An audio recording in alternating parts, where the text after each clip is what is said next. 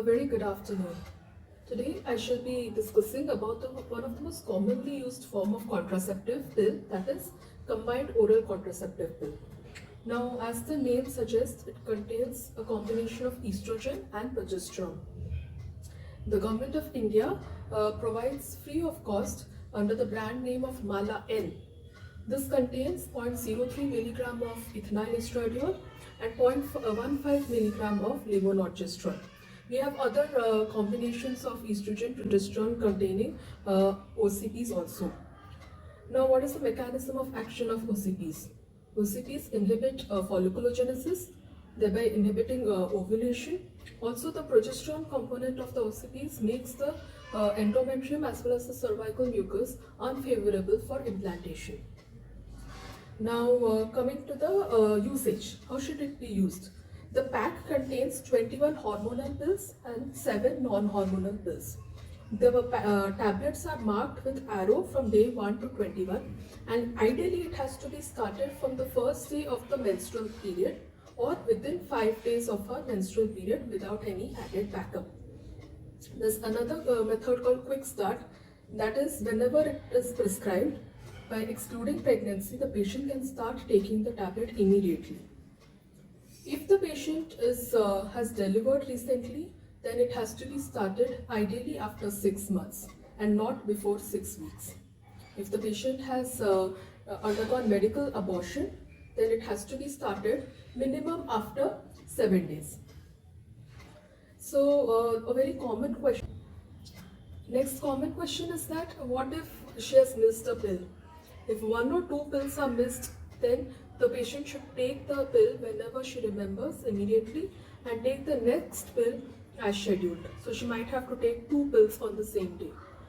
Suppose she misses 3 pills, then she should take 1 hormonal pill immediately as scheduled and use another backup method of contraception or follow abstinence for the next 7 days.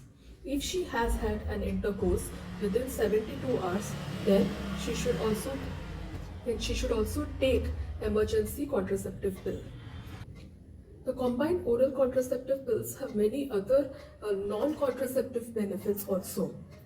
These include, first, they reduce the menstrual flow, thereby correcting heavy menstrual bleeding.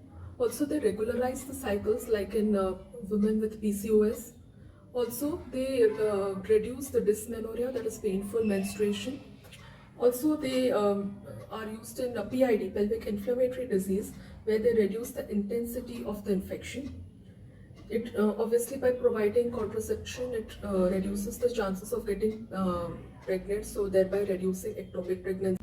It also is helpful in reducing hirsutism and acne. So what are the absolute contraindications of using combined OCPs?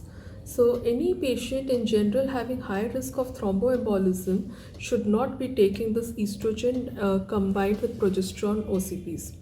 So these include any history of current thrombophlebitis, thromboembolic disorders, any history of myocardial infarction or stroke. Any acute liver disease patient or liver cirrhosis patient should not be taking OCPs.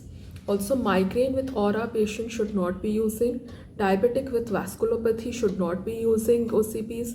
Endometrial cancer and diagnosed breast cancer or any patient suspicious of breast cancer should not be using. Breastfeeding within 6 months patient should not be using OCPs. They can very well use progesterone only contraception. And any patient with history of prolonged immobilization post-operatively should avoid using OCPs. See that OCPs are a wonderful form of contraception, but definitely it should be used correctly, on time, and in case you miss any pill and have any doubt, then you should always contact your gynecologist.